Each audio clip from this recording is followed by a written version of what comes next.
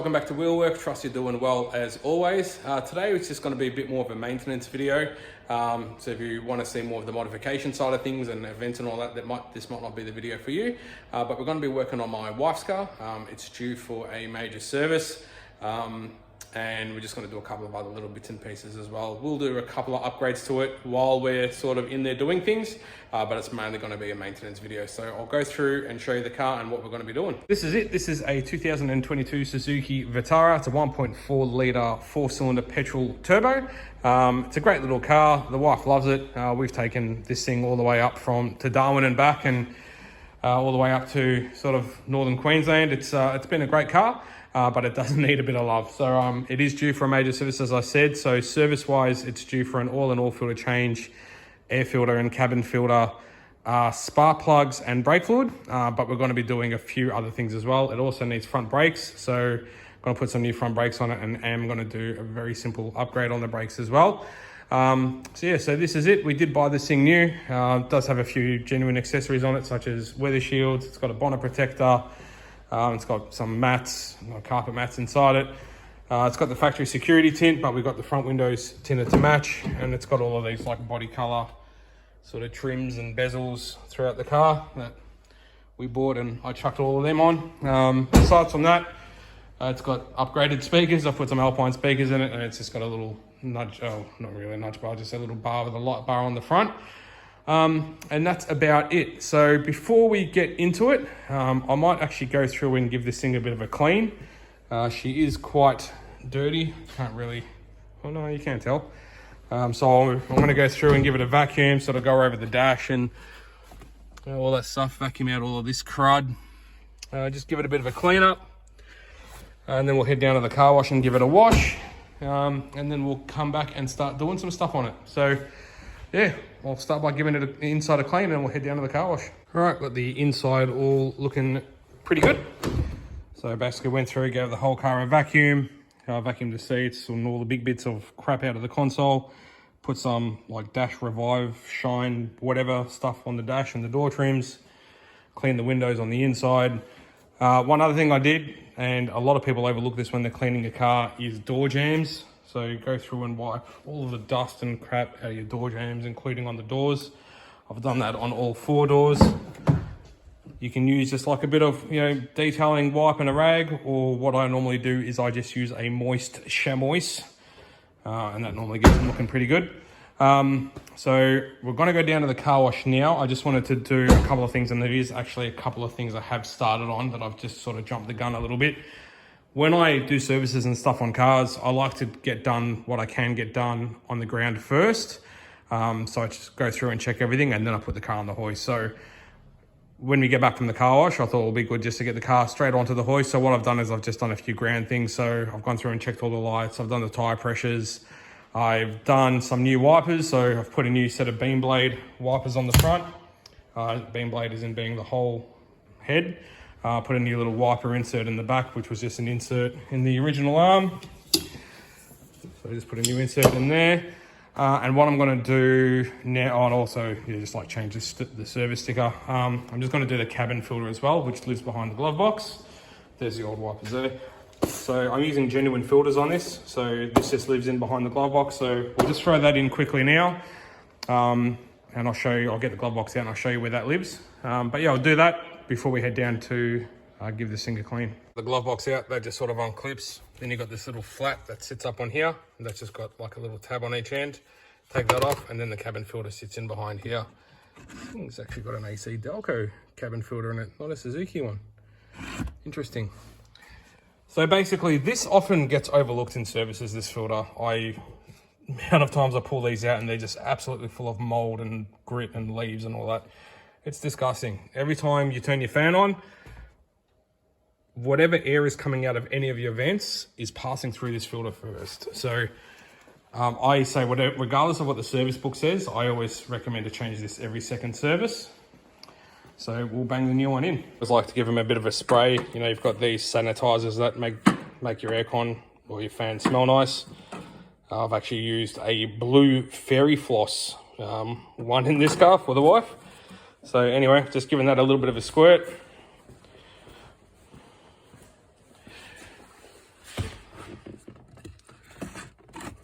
As simple as that. We'll pop this cover on, and that's it, and the glove box back in, and that's that job done.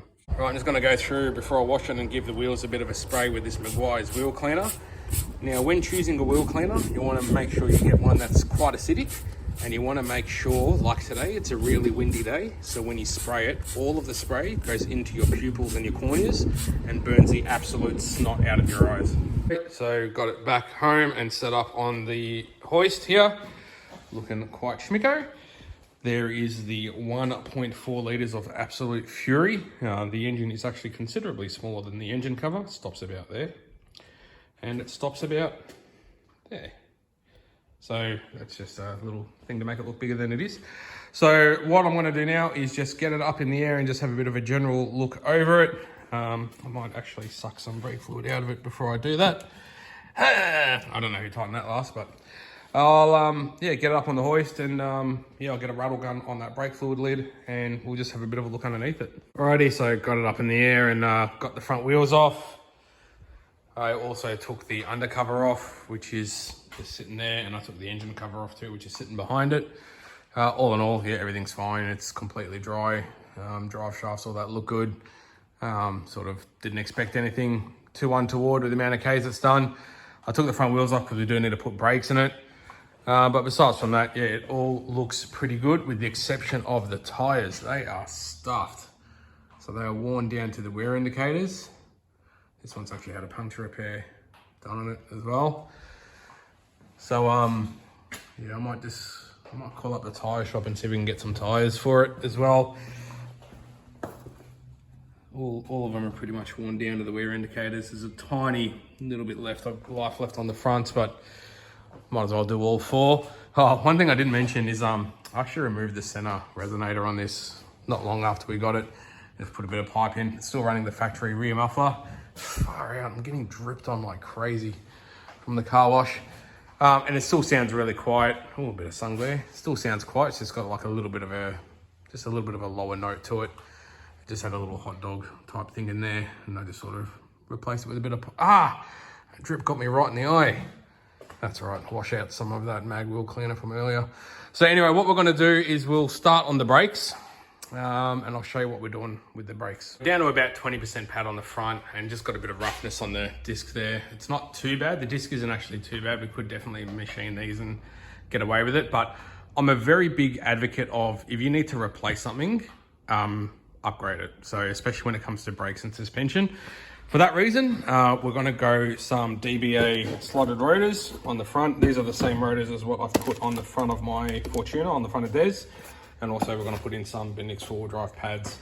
You have seen me do this before, so I'm just gonna get into this, blow the brakes off, put the new ones on. I'll bleed up all the brakes, flush the brake fluid with new fluid. I'll get all that done, and then I'll just show you what it looks like once it's done. As I said, yeah, you have seen me do this before, so no point filming it again. All right, so the brakes are all on, and they're all bled up. So I've got those slotted rotors on and the Bendix 4-wheel drive pads. The other side, I've just put the wheel on just to see how they look through the wheel. And that's sort of how they look through the wheel. So yeah, looks good, and should give it a little bit better braking as well. So that's that. Also, I called the tyre shop that I deal with, and we are going to go down tomorrow and get 4 new tyres for this thing too. And they are also going to be a slight upgrade, but I'll show you that when we come to it. And we'll also get a wheel alignment done at the same time. So I'll just put this wheel back on, and then we'll move on to the next job. So if anyone who is watching this has any influence whatsoever on wheel bolts, whether it's Volkswagen or it's like European Holden, or in this case Suzuki, stop it. Just stop it. They suck. The next little job I've done, I just pulled this intake pipe off here to give the throttle body a bit of a clean out. So as you can see, it's all nice and clean in there now. Just got a little bit of residual stuff at the front there I'll just wipe out. This is something that I find also gets overlooked. Every time I do a major service, I do a throttle body clean. It does carbon up and can get sticky, and dirty throttle bodies can give you rough idle, poor acceleration, and can also affect the fuel economy. So I just sort of turn the ignition on electronic throttles, hold the accelerator open. In this case, I've used a trusty screwdriver on the accelerator pedal. So I'll pull that off now. Oh, sorry, got my finger in front of the thing there. So that's closed now. Close the butterfly, so that's all nice and clean. So I'll just get a little rag here. Get that little wipe out in there. I'll pop the intake back on and start it up. It will run rough and blow a little bit of smoke on first startup. Don't panic, that's all fine. And I think what we'll move on to next is doing the transmission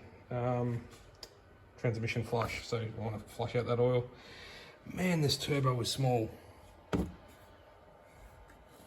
Coochie coo. Anyway, we'll put that on, start it up, blast it out, and move on to the auto. So I've been looking around where to sort of fill the auto from, and I can't really see anything except for this. So what I'm presuming this is the center, so that's the drain plug there, and the bit in the center will be the fill. So I reckon we'll have to take the center bit out, and there'll be sort of like a tube that goes up through the middle. That's sort of my guess, and that's where you'd fill it up from, but I'll sort of get that out and have a look-see. But what I'm also going to do is when I drain the fluid, I'm going to transfer it into a 5-litre jug just so I can see how much comes out. But we'll do that first, and then we'll figure out how to fill it up.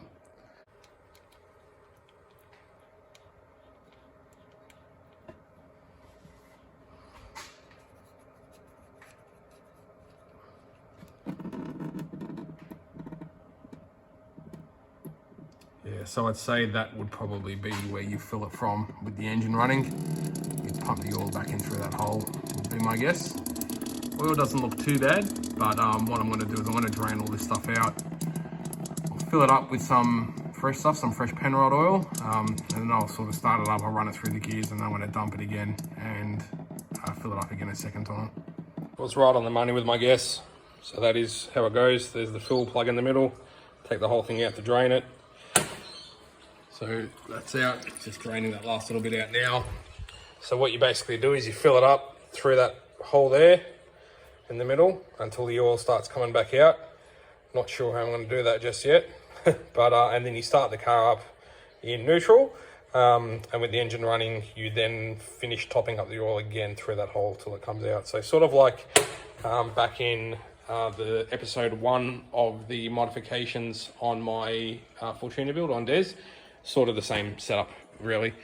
So yeah, we'll just go through and do this a couple of times, and then we'll move on to the next. All right, so I've got the transmission draining for the second time. As you can see, the oil is looking a fair bit cleaner. What I ended up doing, which is not the best way, but not the easiest, but I ended up getting my new transmission oil, pumping a litre of a time into my little Tom Thumb thing. This hose fits snugly into that fitting to fill it up.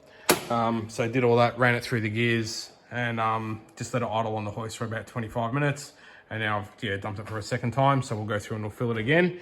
One thing that I'm not super happy about is shortly after we bought this car, we took the car back to Suzuki and told them that we weren't happy with the transmission.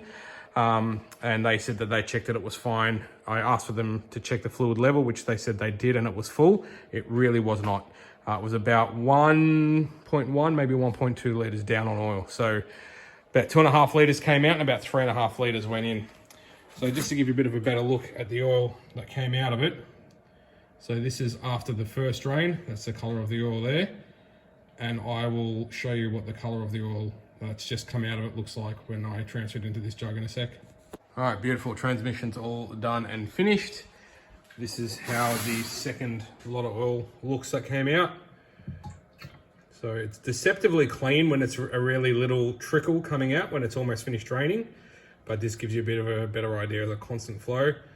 So you can see the redness in that. It's not too bad, but it is actually quite dirty compared to what was going in.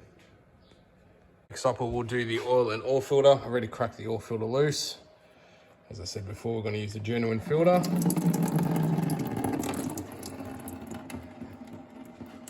The oil's pretty dirty, so we'll get the oil filter off and then we'll dump the oil. New filter going on. People do say, why do I change the oil filter first instead of dumping the oil first? And some people think that by doing this, old oil will go into the new filter. It really doesn't. As you could see, there was almost no oil dripping out when I put this on. Oil only goes into the oil filter when the engine started, so it really makes no difference which one you do first. I just like to do the filter first because it's round. I don't know, I just kind of like to do it.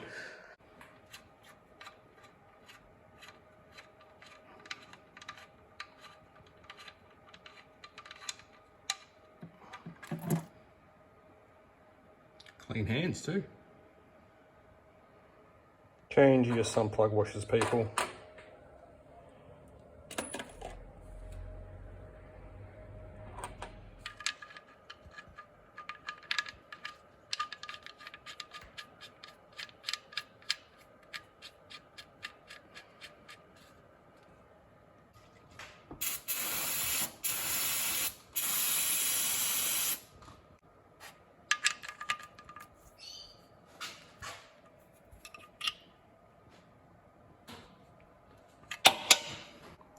It's actually the same oil that I used in the HZ.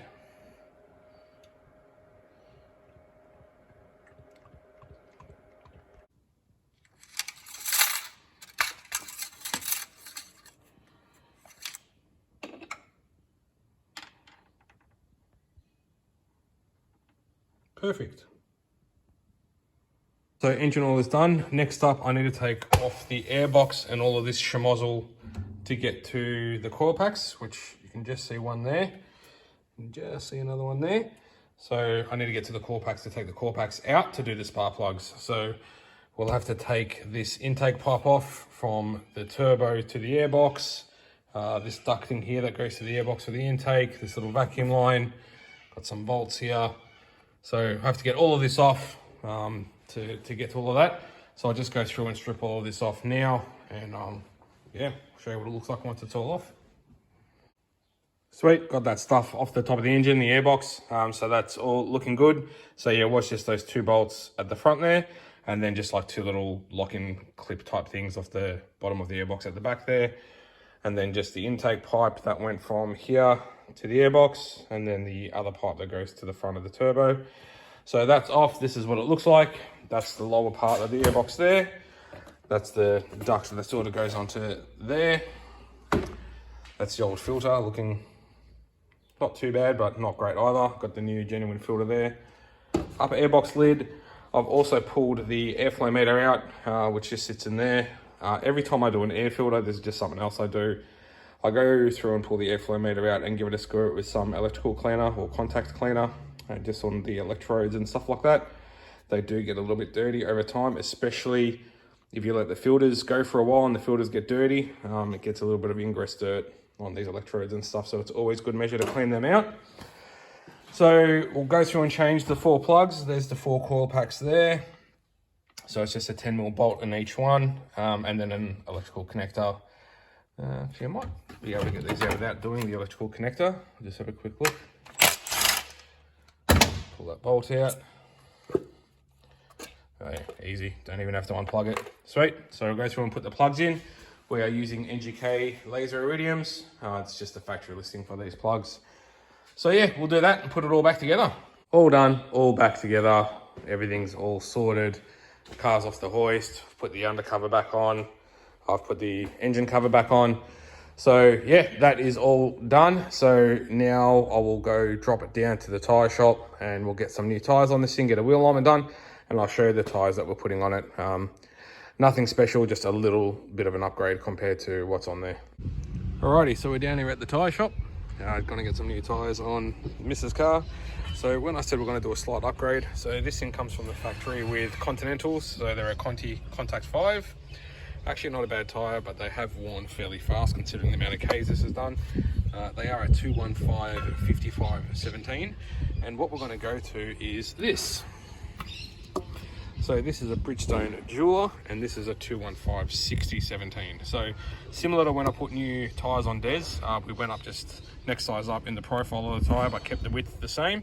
We're doing the same on this as well. So do live out in the country, do drive down some dirt roads and stuff. So this will give just a little bit more height clearance, a little bit more ground clearance. And also, even though this is a Bridgestone Jeweler highway terrain, it is a slightly more aggressive pattern compared to the Continental that's on there. So I'm actually going to handball this off to Rick, the owner of the shop, because I've got to go do another job.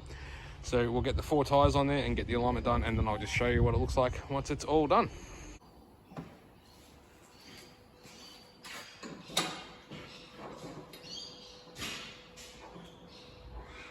We're back and we're all done. So I got all the new tyres on there. They fill out the wheel arches a little bit more, being that slightly taller tyre. They look pretty good. And another added bonuses as well, it's not really an issue, but what most new cars do is the speedo wasn't accurate. So if you wanted to, set the cruise control for you to be going at 100, you'd actually have to set the cruise at about 106 or 107 to go 100. And now it's about 102. I've just checked it with the GPS speedo, and that's because of the bigger rolling diameter tire, which will also keep the Ks down longer. So obviously if you're not ticking that odometer over faster than you need to be, which will keep the Ks down a bit longer. So yeah, that's all good. Drives a lot nicer with these tires, especially with a bit more sidewall in it, a bit more comfortable. And the alignment was actually pretty good as well. Just a little bit out on toe. So we've just adjusted that, and that's all good. So that car is finished. Glad to get that out of the way. So yeah, hope you enjoyed this video. I know it's not as edge of your seat stuff as some of the other videos I make, and even though those are not edge of the seat by any means, but hope you enjoyed it nonetheless. If you like what you see, please remember to like and subscribe, guys, and we will catch you in the next video, which I am going to actually start recording tomorrow. So yeah, see you soon.